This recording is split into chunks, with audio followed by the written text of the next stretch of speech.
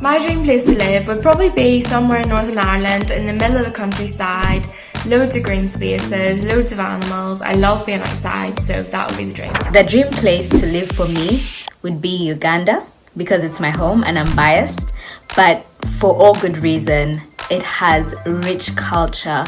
The people in Uganda are so amazing, so welcoming, creative and entrepreneurial. The wildlife and nature is just amazing. Beautiful place to visit. I think everybody should visit Uganda at least once in their lifetime.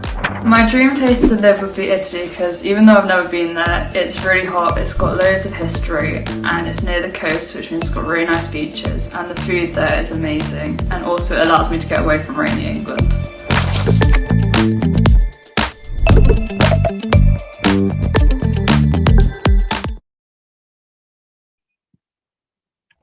Hello and welcome. we're so glad that you've joined us this afternoon at Encounter 2021. Whether you're here with us on the webinar, or you're watching the YouTube live stream, or you are watching this back in 5 years' time, looking back at when we all had to live online, we're just so happy that you are here. We're the Christian Union, and my name is Shona.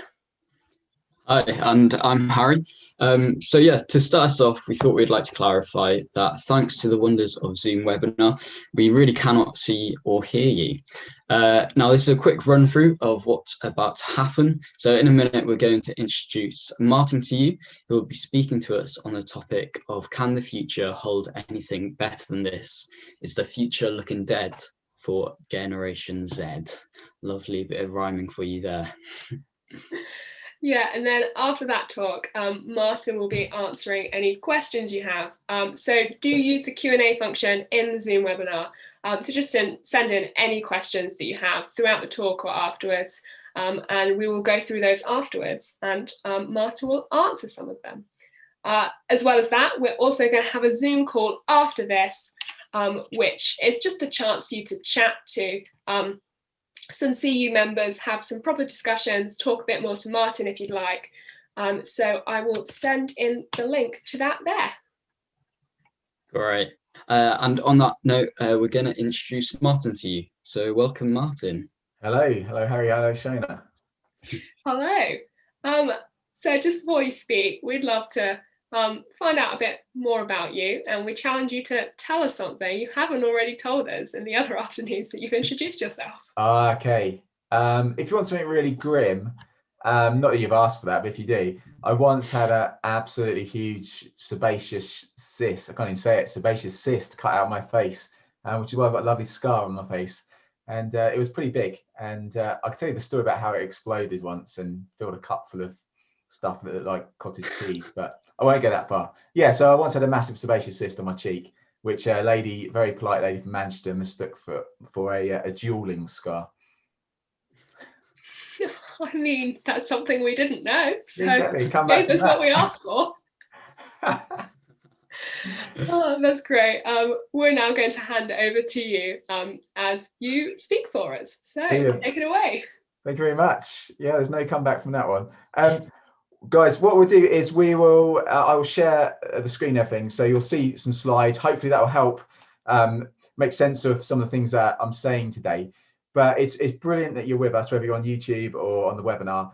We're focusing this week on looking at encounters that Jesus has with various people through the biographies that you get in the Bible, particularly looking at one from Luke, looking at Luke's biography. And Robin in evenings is taking us through various stories of encounters with Jesus there. I'm doing the same thing on Thursday afternoons. So each time we're addressing a question, each time we're trying to see what an encounter with Jesus means for the answer to this question. So today we're on this question in post-uni, can the future hold anything better than this? Well, it's a good question to ask, and I think living in a world in which we do, we're often told that you've got to dream big, and you should follow your dreams, you should chase your dreams, and you should be whoever you want to be, do whatever you want to do, follow your heart's desires. And this is really kind of pumped into us through, well, everywhere. If you've ever watched any Disney, you'll get this kind of idea: follow your heart, follow your dreams, and that's what life is all about. And yet, living in this world and seeing that this is what we should be doing, this is what we often think, that we should be pursuing our dreams, we often feel the pressure. We often feel like a bit of a paint tube, a tube of paint that's kind of squeezed. We feel the pressure around us to try and achieve and attain and follow those dreams that we've got. And we can end up just feeling the pressure of that and feeling exhausted, I think, from that. We live in a world which, I guess technically, if you want to call it a technical word, a meritocracy. We live in a world where if you want to receive the good life, you've got to achieve. So achieve to receive, earn it, go for it, grab life grab the bull by the horns, just go for it. And we live in this achievement society where we must try our best to pursue the goals we've got. And we ask, is there anything more to life than this? Is there anything better than pursuing these kind of goals? You might be wondering why Jafar is up there on the screen. But if you ever seen the live action version of Aladdin, you'll remember that in the film, he makes a statement. He says this: "You're either the most powerful man in the room or you are nothing. Either the most powerful man in the room or you are nothing."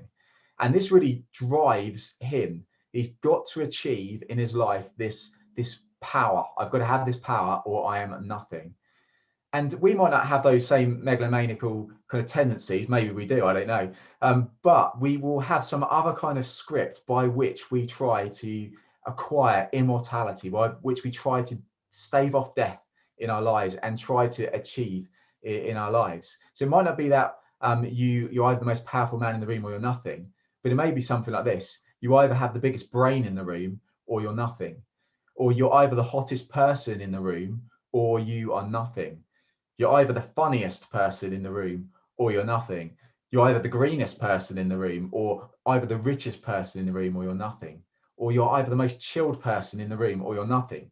It can take many different forms, but we all seem to be driven by this desire to achieve something with our lives in the future. And yet what we can often find from, as I said before, from this pressure, we feel this tube squeezed out. We can often feel deflated because it's just very hard trying to live by our dreams and the dreams of other people for our life. So the question is, why do we feel like this in our lives? And of course you can look to a range of factors, but one of the chief ones that the anthropologist Ernst Becker came up with in his book, Pulitzer Prize winning book, the Denial of Death. One of the big reasons he says that we're so driven in these ways is because we live life in the fear of death. That is, we realize we're vulnerable, we realize that we're weak, that we're fragile, that we're not the people we want to be. We realize that one day we're going to die, and that has this major impact on the way that we then function in our lives. Fearing death, knowing that one day we will die, what do we do about it? Well, we try to create our own little scripts in life. We try to create our own recipes for immortality. If I just achieve this, then I'll be okay. We try to, if you like, be our own hero, is what he says. And that, again, may take different forms. It may be, as long as I achieve these particular goals when I finish uni, or as long as I achieve this particular degree and get this particular, first or a 2-1 or whatever it is we're after, as long as I get that, then that will mean I'll be okay. I can handle death. I can handle the future. I don't have to fear if I achieve, or if I look good in life, not just physically, but if I look good through my personality, through the kind of person I am, then I can face death that way. I can deal with it. I can push it away. If I be good, or if I look to my background, my upbringing, the schooling I went and had and endured, if I look to my career, it could be a whole multitude of things. But Ernest Becker is making the point that we all live in this fear of death, and we'll try to create this hero out of ourselves that can handle life and can indeed handle the very real fear of death. You won't be experiencing this probably at the moment so much as university students, but you'll find, perhaps your parents are experiencing this a lot, that there is a bit of a Peter pandemic around. That is the idea that people are trying constantly to try and be this eternally young person, and you'll see it in the kind of clothing that people try to wear, or they get all the Botox done like Peter Pan looks like in this picture, and people just try to stay young. My older brother, who works in the NHS, is often told by elderly patients, "Don't get old, don't get old." What's going on behind those kind of comments? What's going on behind this desire for everyone to be young? It is this fear of death. I don't want to face the reality of my own mortality. So how do we handle this big driver in our lives? How do we handle death when it looms large over us, when it hangs over us? And I think it's come obviously to the fore in this last year through COVID. How do we handle death, and how do we live life knowing that one day we can try and achieve lots of things in our lives, but one day we will die and we will face judgment before the God of this universe and have to give an account of our lives? How do we face that very real fear? How do we deal with that? Well, one of the ways that we'll deal with it, seemingly in the West, is that we make death pretty much the last taboo. We say, let's just not talk about it. And even if it does get raised, it's just a mere statistic, and we won't actually go into thinking about it and talking about it much. We just don't want to go there. We don't want to talk about death because we're all afraid. I think that's the big reason. We are fearful of death, and so we don't want to go there. But we're thinking about encountering Jesus this week. And what I want us to do in these next 15 minutes is to encounter the one who beat death, and the one who promises that in him and through him, he will get you through death if you turn to him and trust in him. And he will get rid of that fear of death that hangs over us all. There's a bit in the Bible in Hebrews that says Jesus came to free those who all their lives were held in slavery by their fear of death. We thought about how we are driven by this fear, and we are looking to different things in our own lives for us to be our own hero because we're so enslaved by this fear. How can Jesus be the one to deal with death and to actually beat it for us? Well, to that end, we're going to look at Luke's gospel, his biography of Jesus' life, and we're going to go straight to the situation where Jesus was dying on a cross, and he was being crucified alongside two other people. So one on his left, one on his right. And really, the guys there are asking this question: can there be anything better than what we're going through right now? We're dying. What does the future hold? And death has this kind of way of making us ask the really serious questions that we all need to ask and answer in our lives. Listen to the story, listen to what happens, and we'll focus on the two criminals either side of Jesus, on what they say and do. One of the criminals who hung there hurled insults at him, at Jesus. "Aren't you the Christ? Save yourself and us." But the other criminal rebuked him. "Don't you fear God," he said, "since you are under the same sentence. We are punished justly, for we are getting what our deeds deserve. But this man has done nothing wrong." Then he said, "Jesus, remember me when you come into your kingdom." Jesus answered him, "Truly I tell you, today you will be with me in paradise." So that's from Luke chapter 23. But let's come back to that question. Can the future hold anything better than this? Definitely a question that the criminals on the cross were asking as they were bleeding and dying on these Roman crosses. And the answer is, can there be anything better? There are two answers, and you see those two answers in the two criminals. And one of the answers is no, that there is nothing better if we copy the crowd. And the other answer is yes, there is something better if we call on the Christ. So there's two responses. Is there anything better to life than this? No, if we copy the crowd, but yes, if we call on the Christ. Let's see where we go with this. This first criminal is there laughing at Jesus, taking the mick, mocking Jesus. It says one of the criminals who hung there hurled insults at him. "Aren't you the Christ? Save yourself and us." Now, when he's saying, "Aren't you the Christ?" and kind of just saying, "Yeah, Jesus, you're proclaiming to be the Christ," what he means is he's saying, "Jesus, you've been saying you are the king, not just of the Jews, but the king of this world, the king of this universe. That's what you've claimed. If you're really the king of this universe, you should be able to sort this situation out right now, shouldn't you? That's what you should be able to do." And what he's doing is he's not just his own words that are coming out of his mouth right there, but if you read the story just beforehand, you have both the Jewish leaders and the Roman soldiers saying the very same things. And they're saying, if you're really this king, then save yourself. If you're really the Christ, save yourself. Sort out this situation right now that you're hanging and bleeding to death here. Sort yourself out. Sort this situation out if you are the Christ. And this guy just joins in with the crowd of rejecting Jesus and just mocking him. And that's really a response that many people have to Jesus in this life. There's the kind of laughing at, "Oh, he's just a crazy religious figure with a big beard and dodgy sandals." A lot of people will just ignore Jesus as well. And what I find that so often people do is they take their understanding of Jesus based on what the crowd has said, based on what other people have said.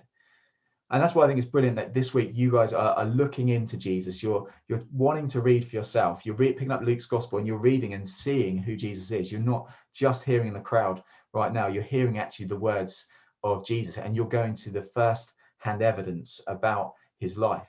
And I encourage you to keep on doing that. But this first criminal just decides, no, I'm going to follow the crowd. Aren't you the Christ? And then he says, if that is the case, then save yourself and us. So he copies the crowd, but he also says to Jesus, Jesus, listen, I will believe in you if you pass my test. And my test is this, that you get me off this cross right now, that you stop me from dying right now. I'll trust in you then if you pass my test. And that's a similar response that again, many of us will have and maybe have had in our lives. Jesus, I'll trust in you if you stop that relative of mine from dying. Jesus, I'll trust in you if you get rid of all my student debt. Jesus, I'll trust in you if you get me that qualification, if you get me that job. Jesus, I'll trust in you if you get me that relationship that I really long for and want. And we have this kind of this understanding of Jesus where we say, look, Jesus, I want you to be an app in my life.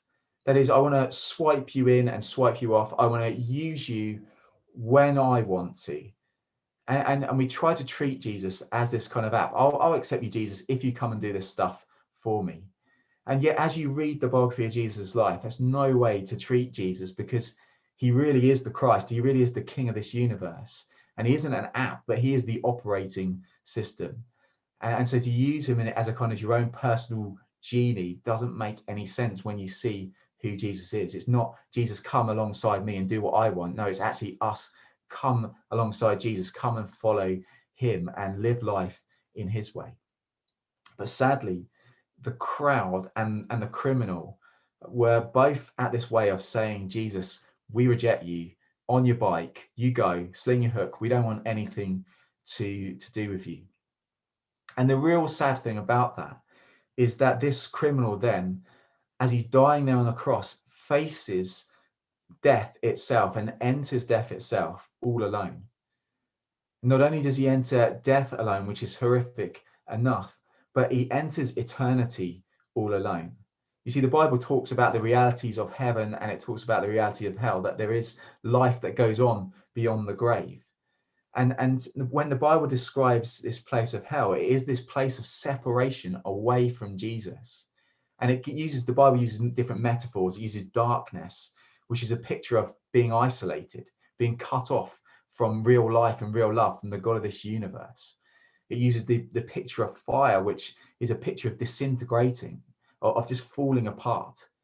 And Jesus is showing us here that he doesn't want this guy, this criminal, to go to this place of hell for eternity. He doesn't want any one of us to go to that place. And yet, sadly, so sadly, this criminal decides, no, I will face death myself. I'll do it alone. But on into eternity, he will spend all alone away from Jesus in that kind of place of darkness and isolation and disintegration. That is the real reality for us all, to use the same word twice, but that is the reality for us all. If we reject Jesus as King, there's only the fearful reality and the horror of the place the Bible calls hell. But this is what I want us to see. Apart from that, that Jesus' heart is that no one goes there. There's Jesus' heart that people actually come to know him so they can face their fear of death, and so that they can actually go through death itself on into eternity, free from pain, free from suffering. And you see this really from the response of the other criminal who's hanging and being crucified on the cross next to Jesus. Listen to what it says. It says, but the other criminal rebuked him. Don't you fear God, he said, since you are under the same sentence. So this other criminal has a very different response. So if you're to ask that same question, can the future hold anything better than this for this guy? He's wanting to go, I hope so. I really do hope so. And his response shows us really the way that we can face the fear of death and death itself through Jesus. And we see three things that if we call on the Christ, this is the way forward to forgiveness and to a life with Jesus. Listen to the three responses this guy has. Firstly, he says, we are punished justly. So he's talking about himself and the other criminal. We are punished justly, for we are getting what our deeds deserve. The first thing he notices and realizes and admits is that we are all rebels. Now, you might say, well, of course he was a rebel, because that's why he's dying on a cross. And the phrase that's translated as criminal there, it literally means an insurrectionist. It means a rebel against the Roman Empire. And that's why this guy and the other criminal were being crucified, because they were rebels against Rome. They didn't think the Pax Romana was a good idea. That wasn't that they didn't like a particular pizza from Pizza Express, but the Pax Romana was the peace of Rome, the stability of the Roman Empire. They didn't think that was a good idea. They actually hated the fact that the Romans were oppressing the Jewish people. So when this guy on the cross says that we are getting what our deeds deserve, he's not suddenly saying, actually, we love Rome. Rome is amazing. It's incredible. And we deserve to be put to death because of what we've done against Rome. No, what he's saying is something far bigger than that. He's saying, look, what we have done in our life is that we have been living as rebels against the God of this universe. We've rejected him. We've not lived his way in his world. We've done our own thing. And for that, we deserve this sentence of death. We deserve to enter into death for all eternity, away from him, cut off from him. He admits that. He realizes that he is a rebel, that I've been living life the wrong way. Then there's the second thing he realizes. He says there, but this man has done nothing wrong. So he looks at himself, looks at the criminal. He knows this is true about all of us, that we're all rebels. We've all lived our own way in God's world. But he said this, that this man, Jesus, has done nothing wrong. So the second thing he sees is that Jesus is innocent, that Jesus is truly unique. The word unique often gets bandied about with very unique and slightly unique, but unique, one of a kind. This Jesus, he is saying, is unique. He is one of a kind, because this Jesus, who is a human being and is God in the flesh, he is the only person never to sin. He's the only person never to get things wrong. He's the only person ever to live God's way in God's world. He's the only one to ever love people truly and properly, fully, all the time, and never make a false step. He's the only one who's ever spoken the truth every time he opened his mouth. He's the only one who loved people who are different to him in a perfect and beautiful way. This Jesus, he recognizes, is innocent. And so he's going, why? What's going on here? He's on a cross being crucified, and yet he's never done anything wrong. He's saying that's crazy. Jesus is the innocent one. If you want to know what was going on as Jesus was being crucified, you can read a book called Dominion by Tom Holland, where he explains about what was happening back there. Or you could just go straight to the biographies of Jesus and get the information from there, which is where Tom Holland gets a lot of his info from on the crucifixion stuff. And maybe you can read this quote a bit later. But let me just walk you through what Jesus had just gone through. He'd just been put on trial on his trumped up charges. He'd been beaten. He'd been punched. He'd been spat upon. He'd had a cat of nine tails, been flogged 39 times with this cat of nine tails, which was leather straps with bits of bone and sharp material in there, having his back shredded, and so that the very veins and sinews would be laid bare. He was then punched and beaten again, spat upon, as I say. He had a crown of thorns impressed into his head. He was made to carry this huge crossbeam up through the Jewish streets of Jerusalem, out to Golgotha, this place where he was then crucified with these nails punched with hammers through his two hands and one through his feet, where he would be bleeding and been suffocating. He'd been stripped naked. This was horrific, the kind of stuff that Jesus was going through. And so you could imagine this criminal going, look, as I look at this Jesus who's gone through all this, he's innocent. Why isn't he saving himself? Everyone's mocking and saying, why doesn't he save himself? Why doesn't he save? Everyone's asking the question, why doesn't he save himself? They've seen the miracles he's done. They know he could get himself off the cross quite easily if he really wanted to. Everyone's asking this question, why didn't he save himself? And the true answer, the real answer, is because he was dying to save you. The true answer is that he loves you so much, he came into this world to bleed and to die for you, so that you don't have to face the fear of death any longer. He decided to come and face death and enter death and rip through death, so that he could take you through death and give you his life. That on that cross, Jesus was bearing all the wrong ways, all the rebellious ways that we've lived on himself. And he's taking that for the entire world, so that if we trust in him, we can be forgiven and get his innocence passed on to us. So on that cross, he takes our guilt to give us his innocence. That is the greatest substitution that's ever taken place. That's why Jesus was dying on the cross. So the criminal sees, I'm a rebel, Jesus is innocent. And then there's a third thing. He says, Jesus, remember me when you come into your kingdom. He realizes who this Jesus is. Sure, he's another human being, but he isn't just another human being. He is the Christ. And the Christ means the King, the anointed one. And he's seeing that Jesus is the rightful King who owns this universe. It belongs to him because he created it and he sustains it. He keeps it going. He knows that Jesus is a king. And he says, remember me when you come into your kingdom, which I think is fascinating because he knows Jesus is dying right now. And he knows it's only going to be a matter of hours that before Jesus succumbs to death. And yet he says, remember me when you come into your kingdom. And that shows us that he realizes that in somehow Jesus is going to beat death, that Jesus will enter the jaws of death and he will snap it. And that's precisely what Jesus did. He died and on a cross, so because the only way to defeat death was to cause the death of death through his death. And 3 days after dying, on the Sunday after that Friday where he was crucified, Jesus burst into new life. His body that was dead breathed again. He stood up again. He walked again, so that we could have that life back, so that we can have that promise that he will get us through death too, if we call on him and trust in him. As we draw to a close now, and before we come on to questions, post-uni, can the future hold anything better than this? I said we're always going to be striving for the rest of our life to achieve various things, and that's often going to be led and driven by this fear of death. But can there be life better than this? Yes, the answer is if we call on Jesus, if we go to him. And listen to what happens if we do. This is the response that Jesus will give to you. It's the response he gave to the criminal. Listen to this. It says, Jesus answered him, truly I tell you, today you will be with me in paradise. 3 very short things here. Firstly, he says today. He's saying that right now, because you're trusting in me, because you're placing your trust in me, you're turning from yourself to make me your king. Today, you will be forgiven. That's his promise. That's a promise he makes to you right now as well, that if you trust in him now, today, you will be forgiven for the ways that you've lived. And then he promises, not only today, but today you will be with me.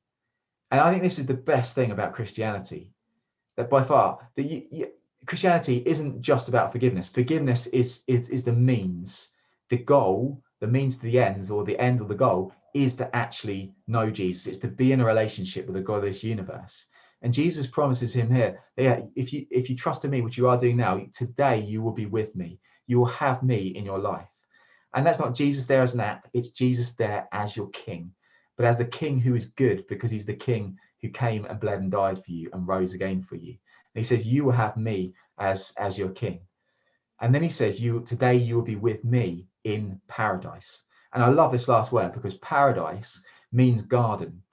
And we think, what does that mean? Well, in the first book of the Bible, we're told that when God created the world, he put the first 2 human beings in a garden and he walked with them. That is, he had a relationship with them. There's this intimacy between God and humanity. And what Jesus is promising is that in himself, that intimacy, that relationship will be restored by being with Jesus.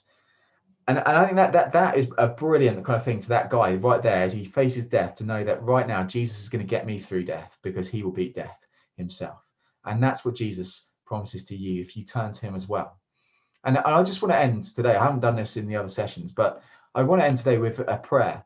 And a prayer is simply but profoundly a way of talking to the God of the universe. It's just simply speaking to the God of this universe. And what I'm going to do is I'm just going to pray a prayer which you can echo these words in the quietness of your own heart or out loud if you want to, wherever you are. And these are things you can say if you now want to turn from yourself and receive Jesus' forgiveness and receive him as the one who leads your life from now on in as your king. If you want to pray that, if you want to receive Jesus, do it now. Today, you'll be with me in paradise, is Jesus' prayer, Jesus' promise that he'll be with you now for the rest of your life and on into eternity.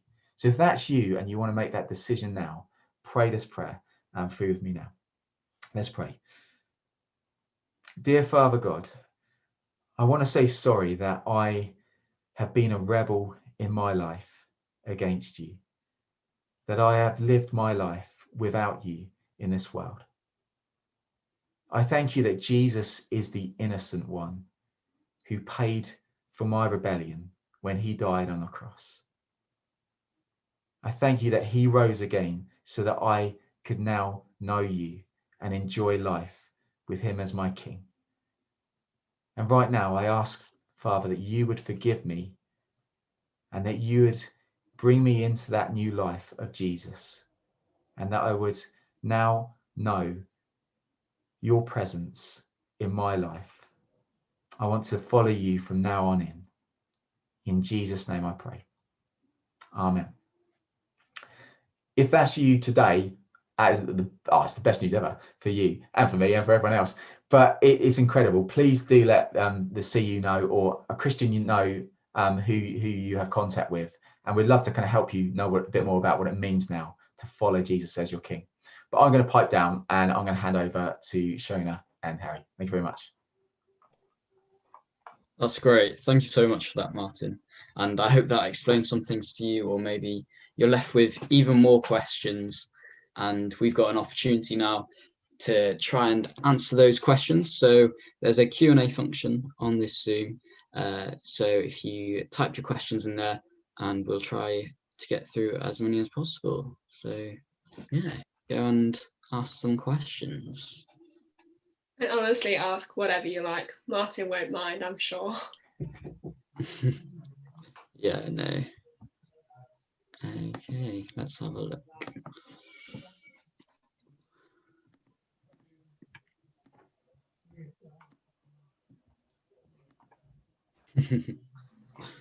So there's no questions at the moment.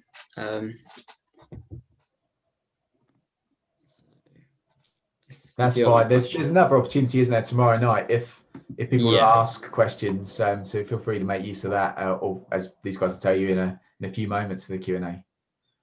Yeah, that's great.